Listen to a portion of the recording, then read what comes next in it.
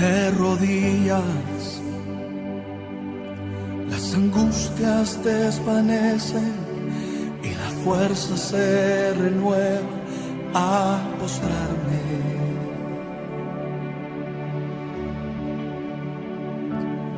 De rodillas, en mi lugar secreto, yo recibo el poder para vencer. Aquí, en tu presencia, encuentro esperanza que me levanta. De rodillas ante ti se abren los caminos, caen los gigantes. De rodillas me rindo a ti, tú peleas mis batallas, guías mi caminar, es tu ser que de rodillas venceré. Dios te bendiga, amados hermanos, qué gozo otra vez estar con ustedes compartiendo la palabra de nuestro Dios. La palabra de Dios es vida, es pan a nuestras almas. Quisiera invitarte al Sermón del Monte, el capítulo 5 de Mateo, y vamos a leer solamente los primeros 3 versos. Nos vamos a concentrar en este día en la primera bienaventuranza, conocida como la suprema bienaventuranza, porque es la puerta que nos permite entrar a este tema. Dice así la palabra de nuestro Dios, dice, hablando de nuestro Señor Jesucristo, dice: viendo la multitud, subió al monte, y sentándose, vinieron a él sus discípulos, y abriendo su boca les enseñaba, diciendo: bienaventurados los pobres en espíritu, porque de ellos es el reino de los cielos. Bienaventurados los pobres en espíritu, porque de ellos es el reino de los cielos. Vamos a orar. Oh Padre amado, en esta preciosa oportunidad venimos delante de tu trono de gracia, entramos por las puertas de tu misericordia, tu presencia, en el nombre poderoso de nuestro Rey Jesucristo, y nos humillamos ante ti, reconocemos nuestra insuficiencia para predicar de este o de cualquier otro pasaje. Necesitamos la asistencia de tu Espíritu Santo, no solamente para proclamarlo, sino para comprenderlo. Así que háblanos y danos oídos que escuchen, y danos también ojos espirituales que ven, y ayúdanos a entender esta suprema bienaventuranza de lo que significa ser personas que están conscientes de su necesidad espiritual. Te lo pedimos en el nombre que sobre todo nombre, en el nombre glorioso de nuestro Rey Jesucristo. A Él sea la gloria por los siglos de los siglos. Amén, amén y amén. Hace unos años atrás recuerdo haber estado en la sala de un hospital con un hombre, un joven muy amado, parte de nuestra familia, que estaba aparentemente en el umbral de la eternidad. Él había nacido lisiado y estaba en sus últimos momentos. El doctor de cabecera nos dijo, le quedará caso 1 hora, 45 minutos, no creo que llegue. Pero ahí estábamos orando, preparándonos en un momento muy, muy difícil, pero a la vez muy tierno. Los padres de este joven estaban presentes, otros miembros de la familia. Y el consenso general de la mayoría era que ya era hora de que el Señor lo recogiera a su presencia para que él pudiera descansar. Él había nacido de esa manera, había pasado toda su vida adulta hasta los 20 y tantos años que tenía. Había sufrido, pero sus padres lo habían arropado con tanto amor y lo habían cuidado. Y mientras él estaba allá, estábamos todos preparándonos, Señor, quizá este es el momento que tristemente hemos esperado para que tú le des paz y lo lleves a tu reino. Excepto que había una persona allí, su padre, que no estaba listo. Aunque él todavía no era creyente, él creía en Dios y él estaba allí, él no estaba listo para que su hijo se fuese. Aún en medio del dolor, él pedía misericordia de parte de Dios. Y recuerdo que de una manera muy tierna él hizo una oración poderosa. Él hizo una oración que nos estremeció a todos. Con su voz queda y temblosa también le dijo a Dios: Oh Señor, todavía no te lo lleves, yo no estoy listo. No me lo lleves. Déjamelo, Señor, un tiempo más. Y fue una oración tan sincera, tan tierna, tan poderosa, de los labios temblorosos de este padre. Y llegó hasta los oídos del Todopoderoso Dios, y Dios le concedió lo que pedía. A pesar de que todos los demás, los creyentes, que decíamos, Señor, es hora de dejarlo, fue la oración de este padre la que prevaleció. Y él estaría con nosotros 15 años más, antes de que el Señor lo llevara a su presencia. Se recuperó de manera milagrosa, y después volvió a la casa, en fin, Dios le extendió la vida.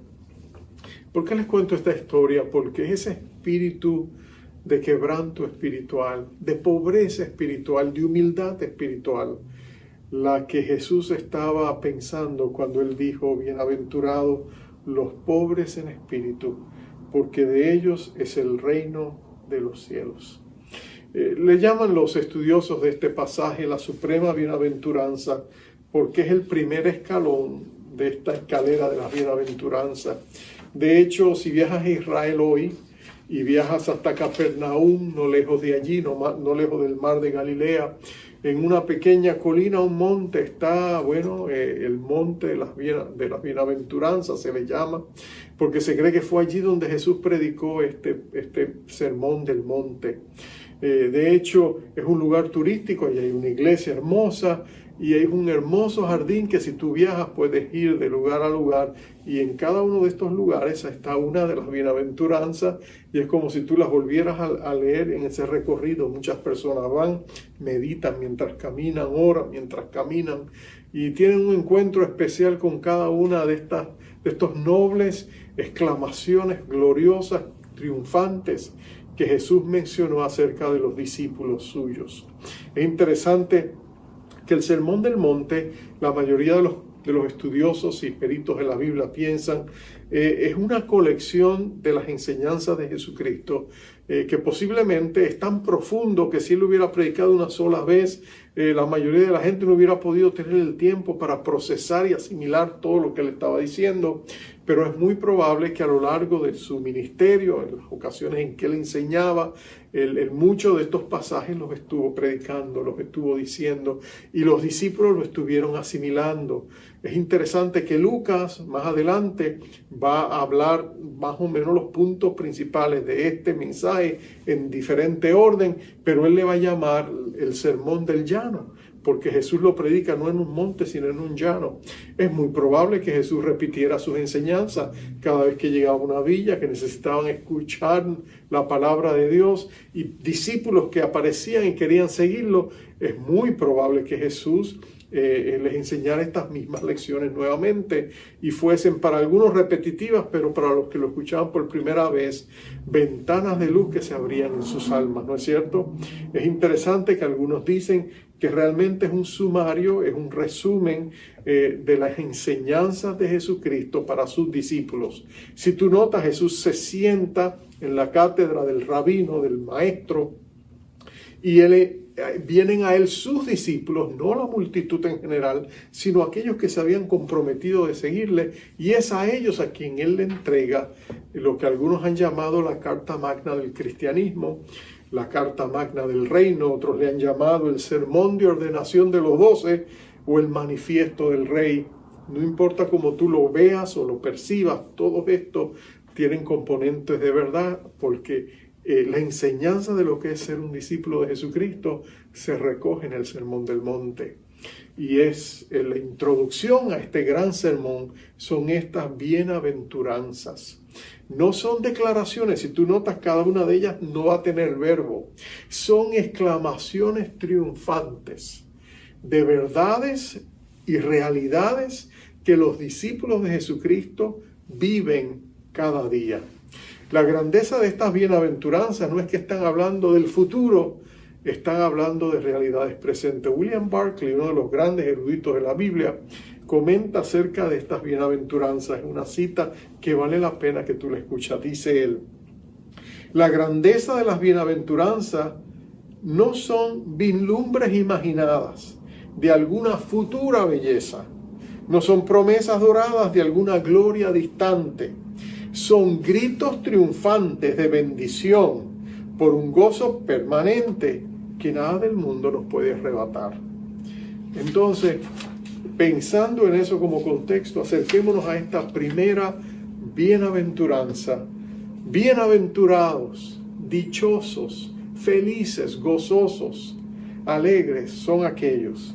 La palabra griega makaria hablaba de ser bendecidos, de ser bienaventurados, bendecidos, dichosos. Los pobres en espíritu, porque de los tales es el reino de los cielos. Para los judíos del tiempo de Jesús, había realmente dos palabras que se utilizaban en el arameo, porque Jesús da este mensaje en el arameo, que era un lenguaje muy parecido al hebreo, pero él no lo dijo en el griego. Koiné, que se usaba en ese tiempo. Jesús hablaba y predicaba y enseñaba a los judíos en arameo o hebreo. Y lo que él está diciendo aquí, en el arameo hay dos palabras para pobres.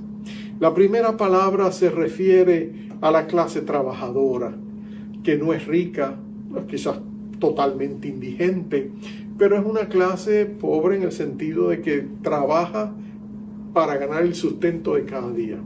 En otras palabras, es una persona que trabaja para poder subsistir.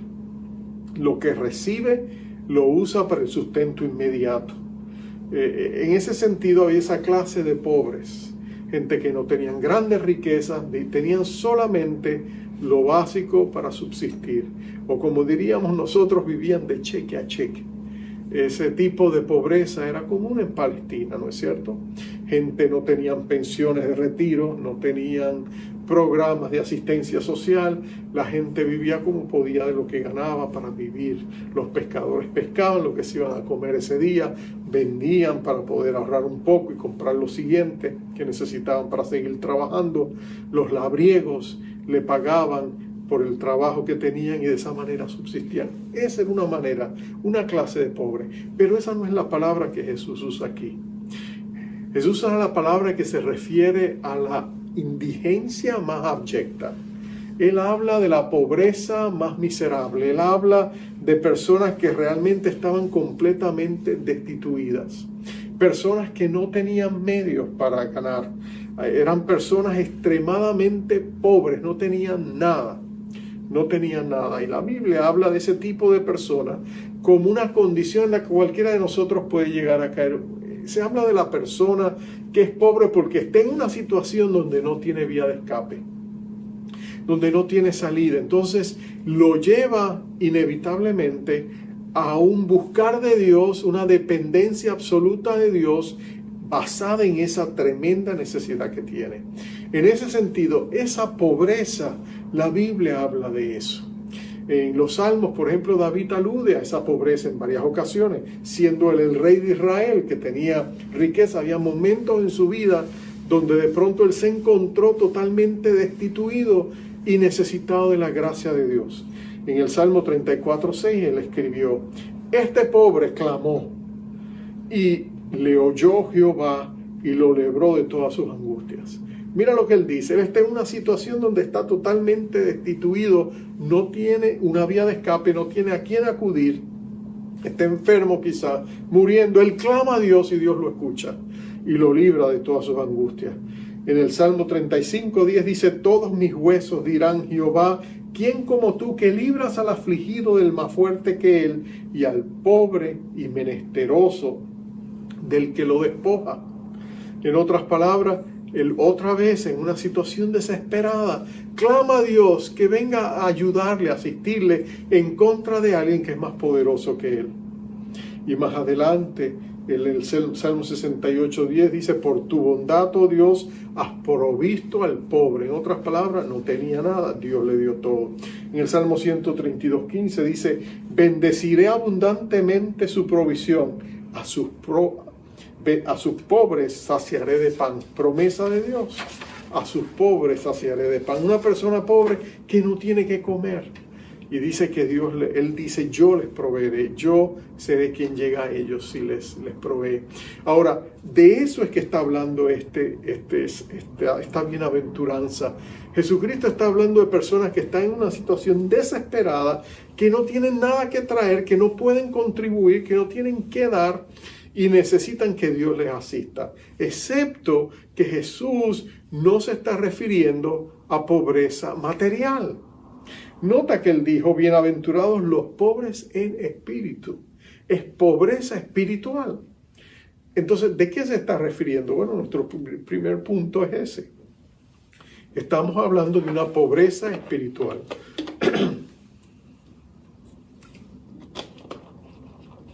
Pobreza espiritual.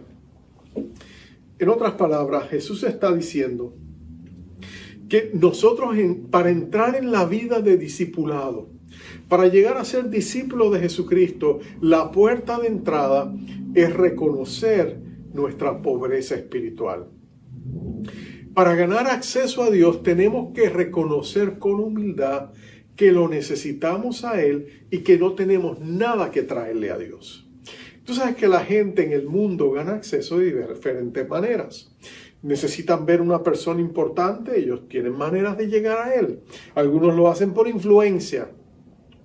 Conozco a fulano que me conectó con el otro, entonces el otro me llevó al otro, vengo recomendado por alguien. Ganamos acceso por influencia. Como decimos en nuestro dicho muy latino, el que no tiene padrino no se bautiza. Es cuando tenemos gente influyente y vamos a ello. O otras personas ganan influencia por posición o dinero, a veces tienen títulos. O tenemos esta persona que es sumamente importante, es directores, doctores, licenciados, ingenieros. Podemos usar los títulos o sencillamente tenemos el dinero, pertenece a una familia de las familias más ricas. Entonces hay que darle una audiencia. A veces lo hacemos por el mero hecho de tener abolengo de familia, pertenecer a una familia prestigiosa, una familia conocida, una familia respetada o temida, como sea el caso. Pero nos acercamos y ganamos acceso por abolengo familiar. Y cuando todo eso falla, usualmente todavía nos queda el ganar acceso a través de nuestros méritos personales, a través de nuestras buenas obras, a capturar la atención de alguien. Bueno, en este caso lo que se nos está diciendo es que ninguna de esas cosas tiene mérito para acercarnos a Dios. En otras palabras, que Dios no nos va a abrir la puerta sencillamente porque venimos recomendados de alguien, o sencillamente porque tenemos dinero, o tenemos abolengo, o tenemos influencia, o tenemos posición. Nada de eso impresiona a Dios. Lo que Dios quiere ver en nosotros es pobreza espiritual, acercarnos con humildad. El corazón contrito y humillado, Dios jamás lo desprecia. Al contrario, lo encuentra irresistible. Y tú te puedes acercar a ese Dios. Cuando te acercas con humildad, dice que Dios te abre las puertas. Él dice, yo soy el alto y sublime que habito en la eternidad. Pero nota que Él abre su corazón a los pobres y a los menesterosos para darles vida, vivificarlos, para darles provisión. En el Isaías capítulo 66, Dios dice, ¿a quién miraré? Miraré a aquel que es humilde de corazón y que tiembla ante mi palabra. Entonces, la pobreza espiritual es cuando tú y yo llegamos a un lugar en la vida donde reconocemos que no tenemos nada que ofrendarle a Dios, que no vamos a venir a Dios y Él va a tener que recibirnos por nuestra propia importancia, sino que venimos a Él con humildad, reconociendo que necesitamos su misericordia. Lo segundo que Jesús dice es, bienaventurados los pobres en espíritu. En otras palabras, los que están conscientes de esa necesidad espiritual. Somos dichosos cuando nos percatamos de esa realidad, que no hay absolutamente nada que podamos ofrecer al cielo, que no hay absolutamente nada que podamos ofrendar a Dios para ganar su favor o obtener su mérito, que sencillamente no hay nada que podemos ofrender, porque realmente lo que Dios busca es nuestro corazón, y nuestro corazón está quebrantado, está roto. No tenemos el pecado en nosotros, nos separa de Él. Entonces no tenemos nada que ofrecer. Recuerdo la parábola que Jesús dio de 2 personas que oraban en el templo, dijo él. Uno de ellos era una persona que descansaba en su autosuficiencia. De hecho, es interesante, Lucas en el capítulo 15, cuando habla de esta parábola, él dice que este hombre oraba consigo mismo. En otras palabras, su oración no llegaba hasta Dios. Dios no la recibía, la escuchaba, pero no la recibía. Porque mira el tono de la oración de este hombre. El hombre le estaba diciendo: Señor, bienaventurado tú que tienes la suerte de tenerme a mí contigo. Porque mira lo bien que me porto. Yo diezmo de la menta, yo hago esto, yo hago lo otro. No soy como aquellos que no son dignos de ti, como este publicano que está llorando. Ah, Señor, yo soy mucho mejor que él. ¿Qué dicha tienes de tenerme a mí? Y dice que Dios no le prestó mucha atención a su oración. El otro hombre, el publicano, el recaudador de impuestos, odiado por la sociedad donde él trabajaba para los romanos que habían intervenido al pueblo judío, oraba, pero él no se atrevía a levantar los ojos al cielo. Dice que de la vergüenza, este hombre se golpeaba en el pecho y decía: oh, sé propicio conmigo, soy pecador. Y nota que al final Jesús dijo: este hombre capturó la atención del cielo porque se acercó a Dios consciente de su humildad, consciente de su pobreza espiritual. Y cuando tú te acercas a Dios de esa manera, Dios se fija en ti. Cuando tú vienes a Dios con sinceridad y tú le dices a Dios las cosas como son, como las sienten, Dios reconoce esa virtud en ti. Lo vemos aún en los siervos de Dios. Allí, escuchando a Jesús, estaba Pedro. Y Pedro, sobre el tiempo, va a llegar a desarrollar una arrogancia espiritual.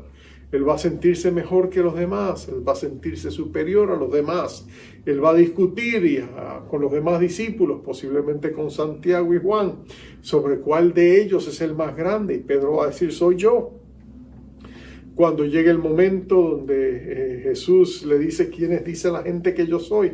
Pedro es el que le dice: mira, Señor, tú eres el Hijo del Cristo, el Hijo del Dios viviente. Y Jesús le va a felicitar. Le va a decir: Pedro, eso no te lo reveló carne ni sangre, sino mi Espíritu que está en los cielos, sino mi Padre que está en los cielos. Pero más adelante Pedro pues va a decirle al Señor: no puedes hacer esto, y el Señor lo va a reprender. Pero el punto es Pedro va a luchar hasta el final, cuando Jesús le dice que va a sufrir, que va a ser traicionado y crucificado. Él le va a decir: no, Señor, no te preocupes, mira, todos estos te pueden fallar, pero yo no te voy a fallar. Yo voy a hacerte fiel, yo voy a pelear por ti, esto no va a suceder, yo no lo voy a permitir. Y te acuerdas lo que Jesús le dice. Jesús le dice: mira, Pedro, lo cierto es que antes de que el gallo cante, tú me habrás negado 3 veces. Y tú sabes lo que sucede. Él fracasa, él lucha. Él se da cuenta de que la seguridad de él estaba en su suficiencia, pero en el momento de la prueba, él necesitaba que Dios lo sustentara y tenía que depender de él y no de su fuerza. Por supuesto, eventualmente Pedro sale, llora amargamente, se arrepiente y Cristo lo restaura. Pero el punto es: Dios desea que nos acerquemos a Él consciente de nuestra pobreza espiritual. La iglesia de la Odisea, en el libro de Apocalipsis, la última de las 7 iglesias que se presentan en el libro de Revelación. Allí la iglesia de la Odisea era una iglesia que tenía un alto concepto de sí misma, más de lo que debería haber tenido. Ya se pensaba que la Odisea era una ciudad próspera, rica. Ellos se pensaban que ellos también eran ricos, visionarios, que ellos estaban revestidos de gloria y esplendor. Pero cuando Jesús los visita y los confronta, Jesús le dice: mira, tú eres pobre, eres ciega, estás desnuda.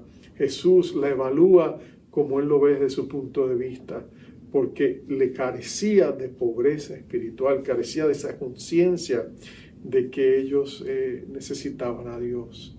Estar consciente de nuestra necesidad espiritual, estar consciente de que necesitamos a Dios para agradar a Dios, que la santidad no es el camino a Cristo. Cristo es el camino a la santidad. Que la vida cristiana no se vive para Dios, se vive con Dios y en dependencia con Dios. Que Jesús es la vid verdadera y nosotros somos ramas, que necesitamos su poder y su vida para entonces poder dar fruto. Que no podemos separarnos de nuestra dependencia en Dios, porque separados de Jesús nada podemos hacer. Pero cuando estamos unidos a Él, entonces Él nos bendice, entonces Él nos ayuda, entonces Él nos prospera. Esa es la realidad. Jesús dijo, bienaventurados los pobres en espíritu, porque de ellos es el reino de los cielos. Nota que dice es. Él no dice el reino de los cielos va a ser de ellos. Cuando lleguen al cielo, recibirán esa herencia incontaminada, incorruptible e inaccesible que está reservada para ellos en los cielos, aunque todo eso es cierto. Nota que él dice, el reino de los cielos puede ser nuestro aquí ahora también. No tenemos que esperar para que el reino de los cielos venga a nosotros o seamos parte de él. De hecho, ser un discípulo del Rey Jesucristo significa que el reino de Dios ha llegado ya a nuestro corazón y Jesucristo ha sido coronado como Rey en nuestro corazón. Significa también que nos movemos en el Espíritu, en las realidades espirituales de esta dimensión que es el reino de los cielos. Eso es lo que oramos, como Jesús le diría a ellos más adelante en el Sermón del Monte, cuando le dijo que en la oración modelo, el Padre Nuestro, que oraran para que el reino de Dios viniera sobre ellos y la voluntad de Dios se hiciera en ellos y en la tierra como se hace en los cielos. Entonces, cuando nosotros oramos el reino, Jesús repetidamente le dijo a los discípulos que lo oraran. Él les dijo, todo lo que me pidieres en mi nombre os será hecho. Él les dijo, vayan al Padre, oren en mi nombre y Él les va a dar lo que necesitan. Eso es orar el reino. Nosotros podemos pedir que el reino de Dios venga sobre nuestras vidas, sobre nuestros hogares, sobre nuestras circunstancias, sobre nuestros trabajos, sobre nuestro círculo de influencia, sobre las vidas de los que amamos, sobre nuestros vecinos, de nuestros amigos. Podemos orar, Señor, venga tu reino sobre sus vidas, cámbialos, transfórmalos, porque cuando el reino de Dios viene es el reino del Espíritu. Hay salvación, hay liberación, hay sanidad. Eso es lo que Jesús hacía cuando predicaba el reino, cuando Él enseñaba, cuando Él predicaba, cuando Él sanaba, cuando Él liberaba a los cautivos, a los oprimidos de Satanás. Él traía el reino sobre ellos. El reino de Dios estaba en medio de ellos porque el Rey Jesucristo estaba en medio de ellos. Y lo que Jesús nos está diciendo, nosotros estamos conectados a ese reino ya. No tenemos que esperar mañana, el año que viene o estar en el cielo. El reino de los cielos es parte de nuestra vida y nosotros estamos conectados indisolublemente con el Rey de la Gloria, con nuestro Señor Jesucristo. La unión del creyente con Jesucristo es inseparable. El que se une al Señor, un espíritu llega a ser con Él. Entonces estamos unidos al Señor, me gusta ponerlo de esta manera, estamos unidos con el Señor como el café con leche. Cuando tú tomas el café y lo juntas con la leche ya es inseparable. De igual manera tú y yo estamos unidos al Señor Jesucristo de esa manera. Y cuando oramos el reino de Dios viene sobre nosotros. Cuando tú miras la iglesia en el libro de los Hechos, es una iglesia que ha recibido la llenura del Espíritu Santo en el capítulo 2. Es una iglesia que se mueve en el poder del reino. Es una iglesia que avanza y las compuertas de los infiernos no puede detenerlo. El enemigo intenta, trae persecución del liderazgo judío y no lo pueden detener. Trae ataques internos a través de buscar la división del cuerpo, levantando agentes como Ananías y Zafira, pero no lo puede lograr. Trae el poder político del rey Herodes, y el rey Herodes, Agripa I, tampoco puede, inclusive, él termina muriendo lleno de gusanos. O sea, la iglesia es una fuerza, un movimiento indetenible, porque está llena y empoderada del Espíritu Santo. Y ante Él, ante la iglesia, empoderada con el Espíritu de nuestro Rey Jesucristo, no puede el enemigo detenerla. Jesús desea que nosotros nos movamos en ese poder. Una de las bendiciones que estamos orando cuando venga un gran avivamiento es que vamos a ver el reino aquí ahora de una manera visible, poderosa, manifestada en la vida de los discípulos de Jesucristo. El reino de los cielos se va a manifestar a través de hombres y mujeres que son humildes de corazón, contritos y humillados delante de Dios, que reconocen su pobreza espiritual. No van a ser celebridades, no van a ser gente famosa, no van a ser personas que la gente los va a poner en pedestales. Cuando el reino de Dios venga con poder y veamos ese gran avivamiento, Dios va a usar a cualquiera de nosotros para hacer lo que Él quiere hacer. Usará niños para hacer a veces quizás los más grandes milagros. Usará personas humildemente que en un centro comercial un anciano venga y ore y de pronto la persona quede sana. Y la gente se va a quedar asombrada. ¿Y quién era esa persona? No sabemos. Ya se fue, pero ¿sabes qué? Dios lo usó poderosamente. Eso es cuando uno se dispone y el reino de Dios lo usa. Lo ilustro de esta manera. Hace un tiempo atrás, mi hijo había ido a un retiro de su ministerio donde él sirve al Señor y habían llevado jóvenes a una actividad y uno de los líderes se había puesto a jugar con ellos fútbol y de pronto se rompió su pie. El pie había quedado roto, no lo podía mover, estaba en un dolor intenso. Inmediatamente se sentó, empezaron a llamar a una ambulancia para que viniera, para llevarlo al hospital, y hacer rayos X, hacer todos los estudios. Y mi hijo dijo, estaba él consolando a su amigo, estaban allí, de pronto una pareja de ancianitos se acercaron y dijeron, ¿qué ha pasado? Podemos orar por ti, podemos orar por tu pie. Bueno, el chico prefería que no lo tocaran ni lo miraran, él está en pleno dolor, pero está bien, está bien. Y de pronto aquella pareja de ancianitos se acercaron, pusieron sus manos, oraron por ese pie. Y para sorpresa de todos, en un momento, en un abrir y cerrar de ojos, el Señor sanó su pie. Y de pronto él no lo podía creer, el dolor se había ido, ya no sentía nada, empezó a mover el pie, lo podía mover, empezó a caminar, dio unos saltos y yo, oh, esto es increíble. Wow, mi hijo decía que tenía sus ojos abiertos, como él decía, como si fueran huevos fritos, porque todos se quedaron asombrados de lo que acababa de suceder. Y de pronto los viejitos siguieron caminando, no se dieron cuenta, ni siquiera supieron cómo se llamaban. Pero esa es la gloria de Dios cuando su reino viene sobre nuestras vidas y cuando Dios manifiesta su poder. Si nosotros vamos a ver un gran avivamiento, la puerta de entrada es la suprema bienaventuranza. Bienaventurados los pobres en espíritu, porque de ellos es el reino de los cielos. Que Dios te ayude a ti y a mí a disponer nuestros corazones para ser esa clase de personas que reciben el reino y se mueven en su poder. Vamos a orar. Padre, qué preciosa es tu palabra, Señor. Tú dices que somos bienaventurados, dichosos, felices, bendecidos, cuando nosotros nos humillamos delante de ti.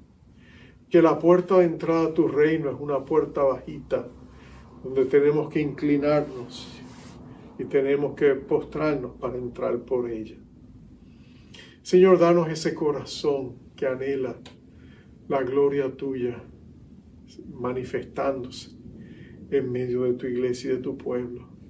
Danos ese corazón que anhela que tu gloria llegue a aquellos corazones que no te conocen. Que el destello de tu luz ilumine sus caminos y los traiga a la salvación. Danos esos corazones humildes, Señor, que están dispuestos a postrarse en tu presencia, a hacer nada y menos que nada, con tal de que tú recibas toda la gloria. Que no tenemos nosotros que protagonizar, sino anhelar que tú protagonizas y que estamos dispuestos a ser usados por ti, no buscando el reconocimiento o la celebridad o la fama, sino que sencillamente anhelamos que tu nombre sea engrandecido y ver la bendición derramada sobre las vidas que te necesitan. Oh Dios, danos esa humildad y levanta una iglesia poderosa de amados anónimos que están dispuestos a ser canales de la gloria y el poder de un Dios que anhela bendecir a su iglesia y ganar a los pródigos y perdidos de nuestra ciudad y de nuestra nación. Te lo pedimos todo en el nombre glorioso de Jesucristo. Amén, amén y amén. Y ahora pedimos la bendición del Señor sobre tu vida.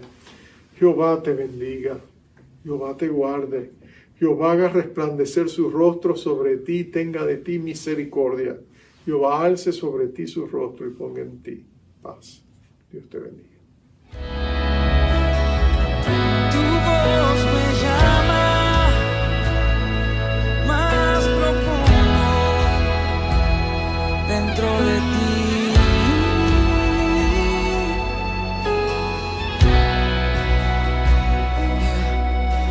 Estoy apasionado, estoy desesperado por conversar contigo.